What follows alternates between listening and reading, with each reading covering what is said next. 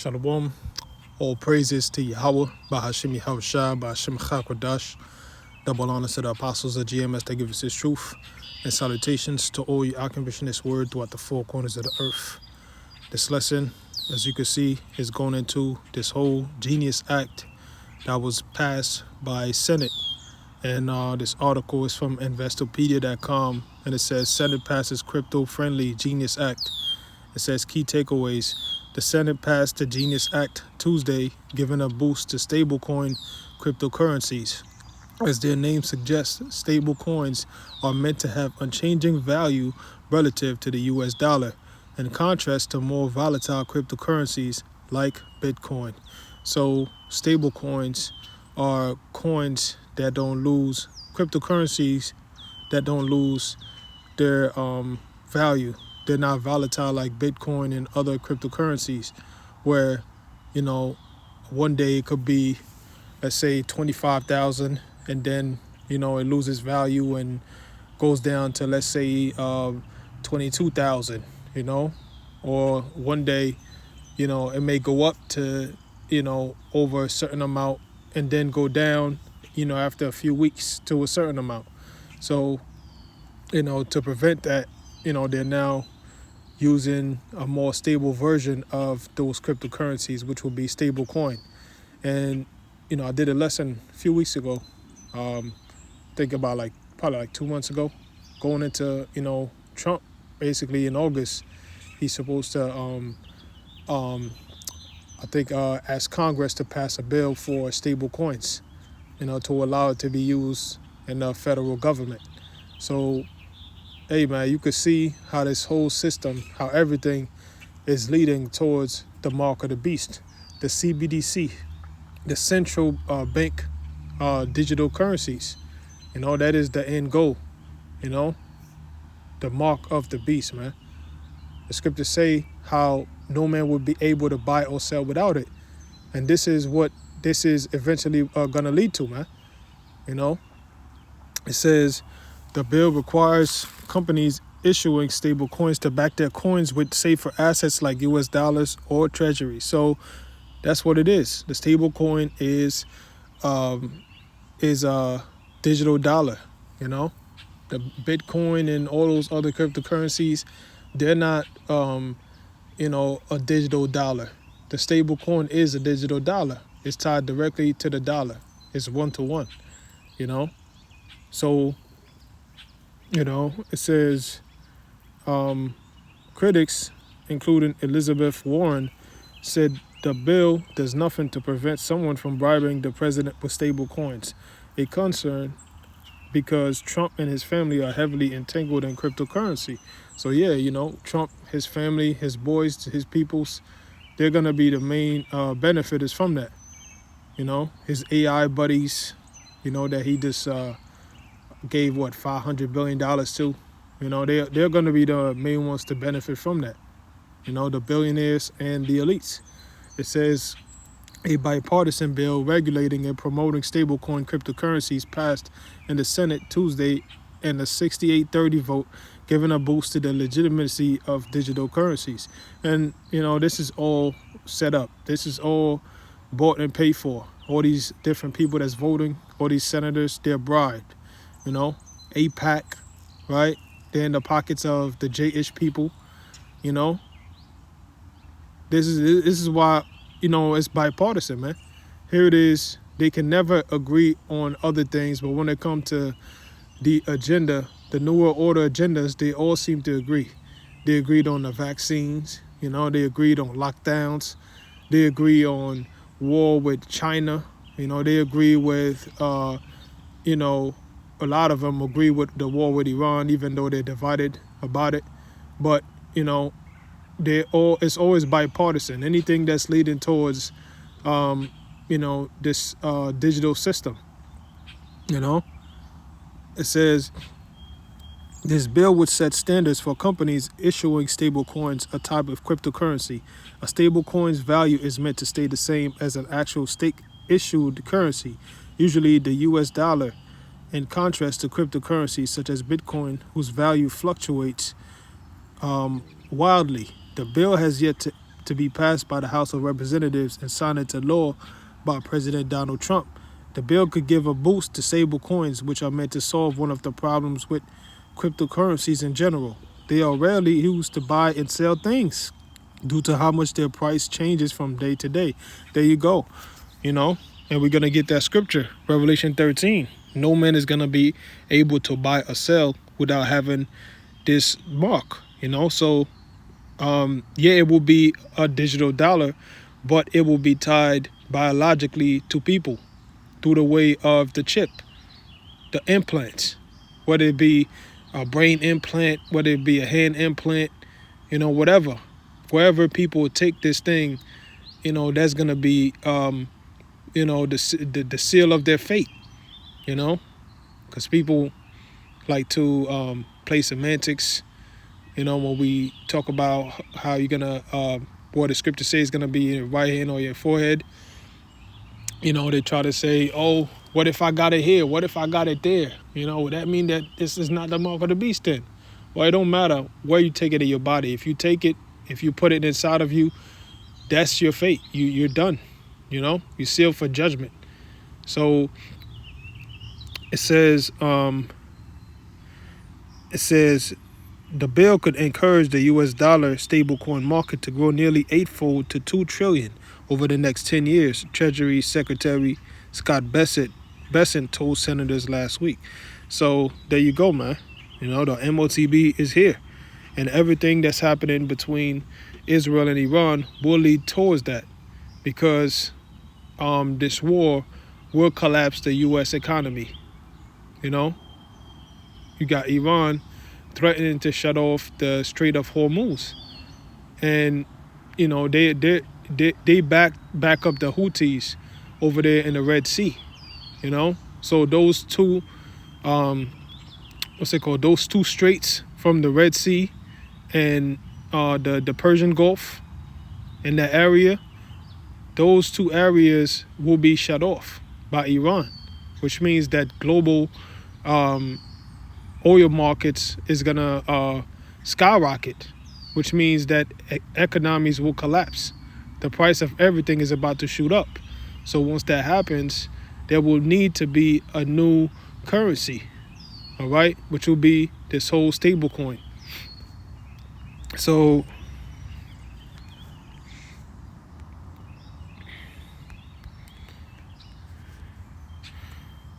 this is Revelation chapter 13, verse, I'm going to start at 15. It says, and he had power to give life unto the image of the beast, that the image of the beast should both speak and cause that as many as would not worship the image of the beast should be killed. And the power, they get that power, and they pass those different legislations. That's that power, man. It's through his legislations, his bills, his different things that he puts into act, like this Genius Act. He's given he's passing executive orders for AI, $500 billion towards AI, which is all going to tie into this whole mark of the beast system, this whole stable coin thing. This is them giving power to the image of the beast, man. So it says, and he causeth all, both small and great, rich and poor, free and bond, to receive a mark in their right hand or in their foreheads. So we already know, going into the word mark, it's charagma in the Greek, and it says in the Greek is charagma, G5480, and it says a stamp and printed mark. It says of the mark stamped on the forehead or the right hand as the badge of the followers of the Antichrist, which there is no such thing as an Antichrist, where it's just one person, a devil, a person with a suit, with a black suit, everything all black, black shades, well, that's the Antichrist. No, the scriptures say there are many Antichrists. The Antichrist means anti-Messiah, anti-Mosai. Anybody that's with an agenda that's against the Mosai is anti-Hamashiach, anti-Messiah. All right? So that's the system that this man is bringing. This whole New World Order is anti-Mosai, anti-Yahushua. So it says the mark branded upon horses. So if you take this mark, this RFID chip or Neuralink or whatever names that they come out with, if you take it, you belong to the state. You're going to belong to the state, those corporations, and ultimately the powers that be, which is the bankers. So you're going to become property. It says thing carved, sculpture, graven work of idolatrous images. Yeah, because just like in Babylon, how they made a statue of gold and made the world worship it back then, and anybody that didn't worship that statue of gold was to be put to death. Guess what? This this mark, this RFID chip, this charagma, it's the same thing. It's a idol. It's an image to the elites. Just like that statue was the image of the king of Babylon back then, this statue, this graven work, this chip is image to the elites. So taking this chip is making allegiance and bowing down to those elites. All right. So that's the ultimate form of idolatry that somebody could commit. Which is why if you take it, the judgment will be fire, destruction. And we always go into it. The root word there is karax. It says a pale stake, a palisade or rampart. So pale stakes, palisades is, sharp things. All right. So to take this mark, it has to be put in device. The device being the syringe. That's gonna be the what do they call it? The deliverance device, so to speak, where they deliver you. They deliver the thing inside of you, but this thing too, this mark, it will be a form of deliverance, because there will be so much chaos in the streets, the economic collapse, food lines, rations, crimes, so taking this thing is gonna be the way out for people. They're gonna say, if you want to eat, if you want your rations, if you still want to get paid, you need it. If you want to buy at the stores, you're gonna need it. If you want to operate a vehicle, go around just like how you show your license. If cops pull you over, you're gonna need it. This is what's coming down the pipe, man.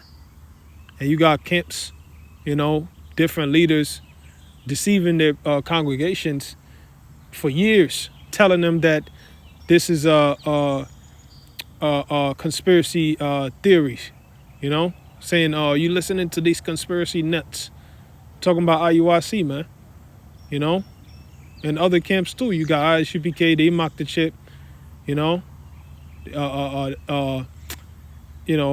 I think it was Yohana or his underling that said, no, I think it was Yohana. He said, you think God cares if you take a microchip? Yeah, man, the scripture is plain and simple, man.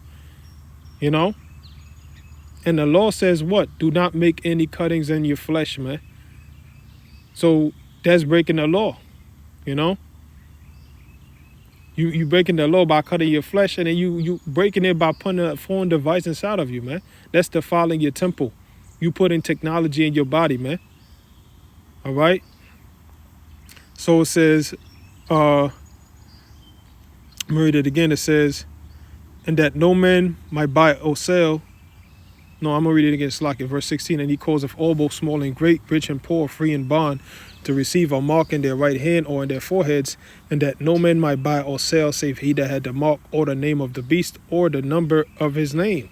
Yeah, that's right. So, if you don't have this thing, you won't be able to function in society, buy or sell the stable coins. You won't be able to just show cash, go to the store and show, money that you've been saving, let's say under your bed, you had it for a long time, the economy collapses and you coming in with, I got 10,000. No, that won't work. You need the actual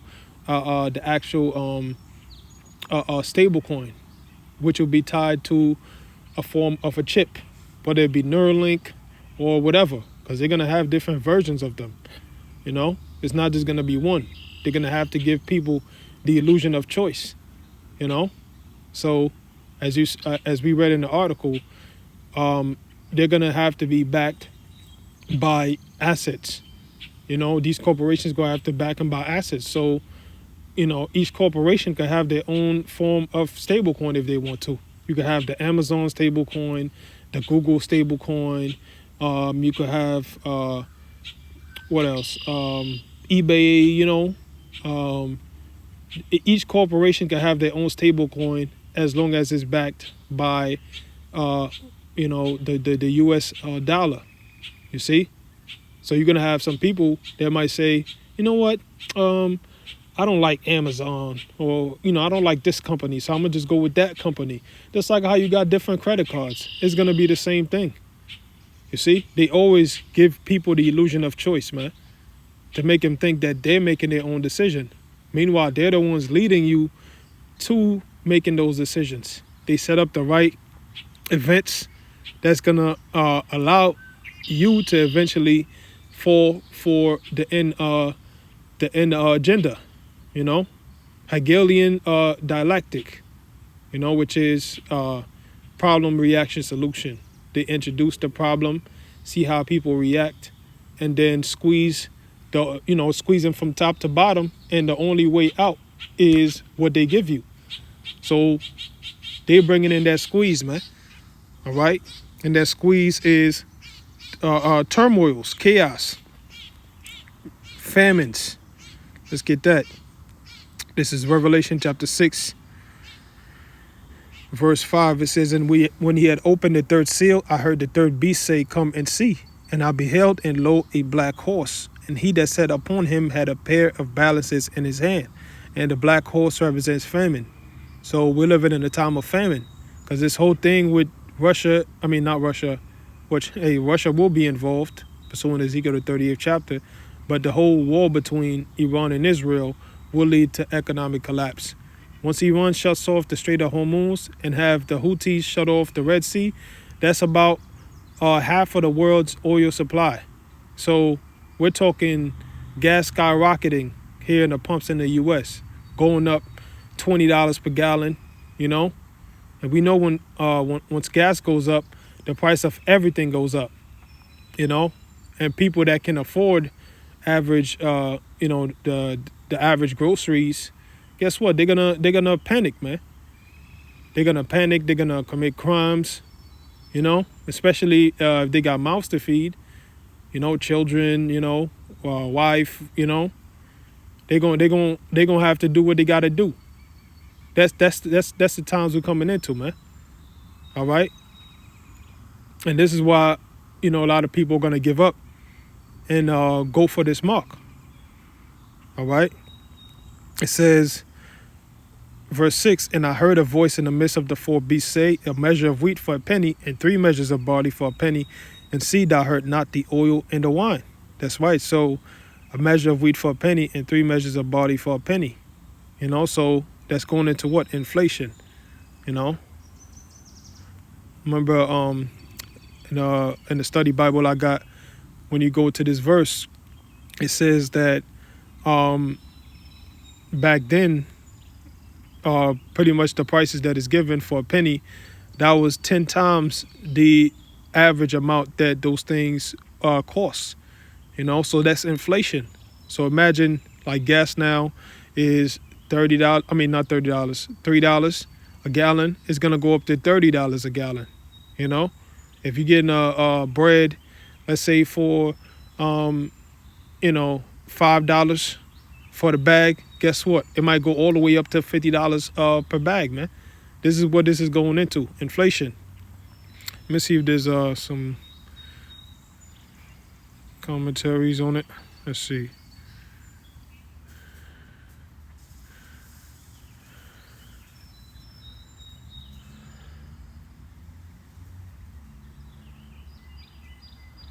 Nah, this is not it.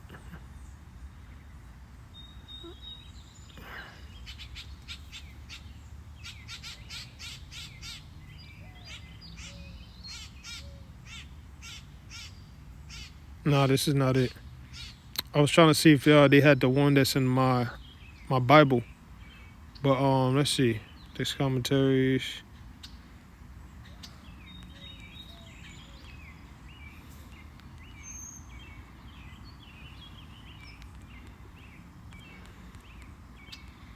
Verse 5. Let's see what it says.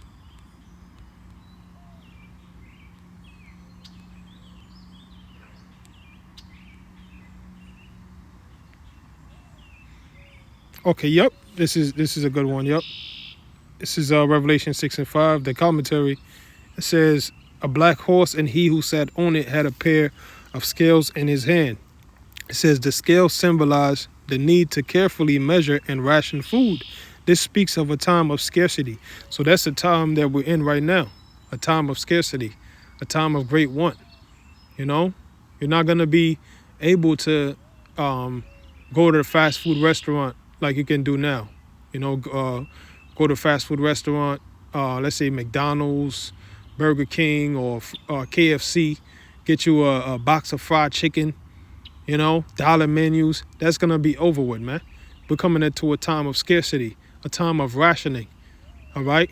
When gas goes up, trucks ain't going to be coming to your grocery stores any longer, man, because it's going to be too expensive to transport goods all over the place. So a lot of logistic companies, you know, that they have trucks, that have all these things that ship food, you know, it's going to be too expensive to do that. So they're going to lay off their workers, shut off, which means what? No more food come into your stores. No more goods in general come into stores. All right. So that's going to lead to scarcity, man. And when there's scarcity, there's crime. You know, there is overprice on items. Like we seen in 2020, man. People was dying over toilet paper, dying over water. All right. And back then, things were scarce, but they weren't that scarce. You know, people were just panic buying, you know, buying in bulk. But we're actually coming into a time when those things won't even be on the shelves, man. All right. So it says a quart of wheat for a denarius and 3 quarts of barley for a denarius. It says these prices are about 12 times higher than normal. See, 12 times higher than normal. So whatever you can think of now that's in the grocery store, or whatever store it is, picture that times 12, man. If you go to the grocery store today, or the deli or whatever, times 12, man. That's crazy. People gonna lose their minds. People gonna panic once that happens, man. All right? That's the hour of temptation. It says it means that it would cost a day's wage to buy the ingredients for a loaf of bread. A day's wage. So to buy the ingredients for a loaf of bread. So not just the bread. We're talking to get the bread. It means you got to get the flour. You got to get salt. You know, you got to get the what they call it, the yeast. You know, the butter. You know, the eggs. All of that will cause a day's wage to have it on a regular basis. So you're talking $150, $250 just to get a flour. Let's say you want to get flour. Let's say a gallon of milk. Let's say eggs. You know, some salt. Boom. Your total is $220 something. What? People gonna lose their minds, man. All right. It says this describes a time of famine when life will be reduced to the barest necessities. So barest necessities, man. You know, the daily essentials, man. That's what it's gonna come down to. Things are gonna be rationed. You're not gonna be able to just have 3, 4, 5 meals a day. You know, you might have to resort to 1 meal a day, 2 meals a day. You know, that's what people are gonna resort to, man. Because it's gonna be a time of great scarcity. All right. Let's get Revelation 3. This is Revelation chapter 3, verse 10. It says, because thou hast kept the word of my patience, I also will keep thee from the hour of temptation. And what's the word of the patience of Yahweh Ba'ashem Shah? Suffering. That's what it's going into. Having, this knowledge, knowing what we know, and still having to navigate in the world, going to work, catching hell, paying bills, not partaking, of the world with people, people having fun, and, all that's on your mind is this truth, prophecies, right? That's the patience of the Lord. Going out on the highways and byways, doing the videos, reading, studying, uh, conversations with brothers. That's the patience of the Lord. So the Lord said, because you've done that, I will also keep thee from the hour of temptation, which shall come upon all the world to try them that dwell upon the earth. So that's what the hour of temptation is, a time of trial, all right? Where the Most High is going to test people's faith. And how does the Most High test your faith? By chastising your flesh, all right? And people, they're not used to chastising their flesh, discipline, not eating, especially here in America in the West, they're used to overindulgence, over consumption, no restraints. They're not used to, lacking, like these third world countries where people actually don't know where the next meal is going to come from, and you still got to have our people in that predicament here in America. But, difference between America and third world countries is if you're homeless here in America, you can still get a meal. You can still get something off the dollar menu, whereas in these third world countries, it's not the same. You just fucked. All right. So, it says, I'm going to read that again. It says, because thou hast kept the word of my patience, I will also keep thee from the hour of temptation. Yeah, so people are going to be tempted, That's why they're going to fall for this agenda, because they're not going to see no way out, They might say, oh, yeah, inflation on everything. Yeah, things are going to cost, it's going to be more expensive. But if you get the stable coin, if you have the implant, it might be half of what it costs. Or guess what? Not only is half of what it costs, you can also get rations. You can skip the line, like they did with COVID, man. That was only a test run. Whatever they used back then, the tactics they used back then, they're going to use them again. They're going to have celebrities promoting it, making it seem like it's it's the new trend, the new wave, and people are going to fall for it. All right. So it says it's going to come upon all the world to try them that dwell upon the earth. So this is a time of trial, man. The scriptures talk about the different things that the Most High is bringing upon the earth. It says 2 Ezra chapter 15, verse 5. It says, behold, saith the Lord, I will bring plagues upon the world, the sword, famine, death, and destruction. So the Most High is bringing chaos, man. The sword is just going into what? World War III with Iran. Bodies are going to be sent over there to the Middle East region. Military draft, as well as the sword here all over America in the form of terroristic attacks, militias, civil wars, all right, foreign invasions, So that's the sword. It says famine. So global famines always come with world wars, all right? So that's already a given. If America goes to war with Iran, not if, Slakia, when America goes to war with Iran, a famine will follow because America's too much in debt. This war with Iran will collapse the economy. It will bankrupt this country, man. It says death and destruction. That's right. So just like how you see Tel Aviv, how you see Tehran, you see how they're hitting each other with missiles, with bombs, how those cities are destroyed, like Gaza. Guess what? That's going to be a global thing. Because just like World War I and World War II, cities were bombed globally and destroyed. This is going to be the same thing, man. It says, for wickedness have exceedingly polluted the whole earth, and their hurtful works are fulfilled. So all of this is happening because of too much wickedness, man. All right? The harvest of the earth is ripe. This is worse than the time of the flood, man. So this is why, the scriptures say this is gonna be as in the days of Noah. Nobody's gonna be paying attention to what's going on, to the prophecies, to Noah the prophet back then, And today they're not paying attention to us now. All right, they mock what we say. They look at us like bums. Go get a job, right? The same evil eye they had towards Noah. That's the same evil eye they have today. So guess what? The day of the Lord is gonna come upon them unawares, like a thief of the night.